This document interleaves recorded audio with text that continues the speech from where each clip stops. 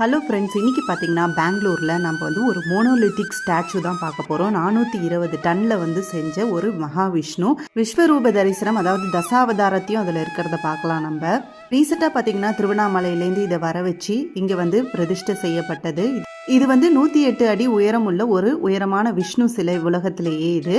இந்த கோவில் காலையில் 6 மணிலேருந்து ஈவினிங் 9 மணி வரையிலும் திறந்திருக்கும். நீங்கள் வரதா பிளான் பண்ணுறீங்க அப்படின்னா 4 வீலர்ஸ் இல்லாத நீங்கள் ஆட்டோலையோ இல்லை வந்து பைக்லேயோ வரலாம். ஏன்னா வந்து ரோடு உங்களுக்கு கொஞ்சம் கன்ஜஸ்டடாக இருக்கும். இது வந்து ஒரு கோதண்ட ராமசுவாமி டெம்பிள். அதில் வந்து இந்த விஷ்ணுவை பிரதிஷ்டை பண்ணியிருக்காங்க.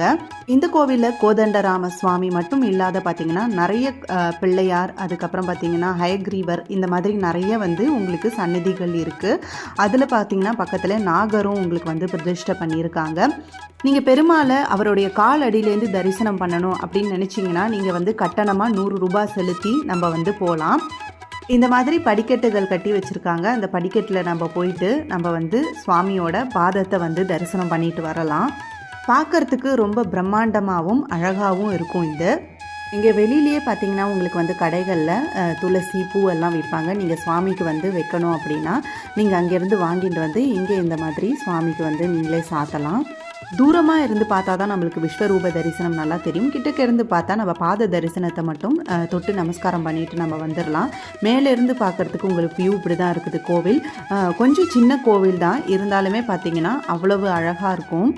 உள்ளேயே பார்த்தீங்கன்னா குட்டி குளமும் இருக்குது. அது மட்டும் இல்லாத நவநீத கிருஷ்ணனோட சிலையும் நம்ம இந்த மாதிரி கல்லுலேயே பார்க்கலாம். இப்போ சுவாமி உள்ளே நம்ம தரிசனம் பண்ண போகலாம். கோதண்டராமர் சுவாமி அப்படியே தரிசனம் பண்ணிட்டு பார்த்தீங்கன்னா உங்களுக்கு வந்து உற்சவர் சிலையும் அலங்காரம் பண்ணி வச்சுருந்தாங்க. அதையுமே நம்ம வந்து பார்க்கலாம். இங்கே இந்த கோவிலோட மாடலையும் இங்கே வந்து டிஸ்பிளே பண்ணி வச்சுருந்தாங்க. அதையும் பார்த்துட்டு நம்ம அப்படியே சுவாமி தரிசனம் பார்த்துட்டு கிளம்பியாச்சு.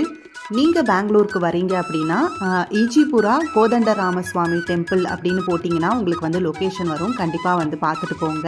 இந்த சுவாமியோட தேர் இதுதான். ஜூன் 2, 2025 தான் பார்த்தீங்கன்னா இந்த கோவிலுக்கு கும்பாபிஷேகம் பண்ணி இந்த சிலையும் பிரதிஷ்டை பண்ணாங்க. பெங்களூரில் இருக்க மற்ற ஹிஸ்டாரிக்கல் டெம்பிளோட இப்போ இந்த டெம்பிளும் ஆட் ஆகியிருக்கு. கோவிலுக்கு வெளில பார்த்தீங்கன்னா திருவிழா டைமில் கடை போடுற மாதிரி நிறைய பொம்மை கடைகள், வளையல் கடைகள் இதெல்லாம் நம்ம பார்க்க முடிஞ்சுது. அந்த காலத்துலலாம் இருந்த ஜவ்வு மிட்டாய் பார்த்தீங்கன்னா நம்ம இங்கே பார்த்தோம். இங்கே வந்து ஜவ்வு மிட்டாயிலேருந்து ஒரு மயில் ஒன்று செஞ்சிட்டு இருந்தார். இவர் பார்க்குறதுக்கு அவ்வளோ அழகாக இருந்தது. ஃபஸ்ட்டு டைம் நான் இப்போ தான் இதை வந்து பார்த்தீங்கன்னா நேரில் பார்க்குறேன் இவங்க பண்ணுறத. இந்த வீடியோ பிடிச்சிருந்தா மறக்காம நம்ம சேனலை லைக், ஷேர் அண்ட் சப்ஸ்கிரைப் பண்ணிக்கோங்க. Thank you friends.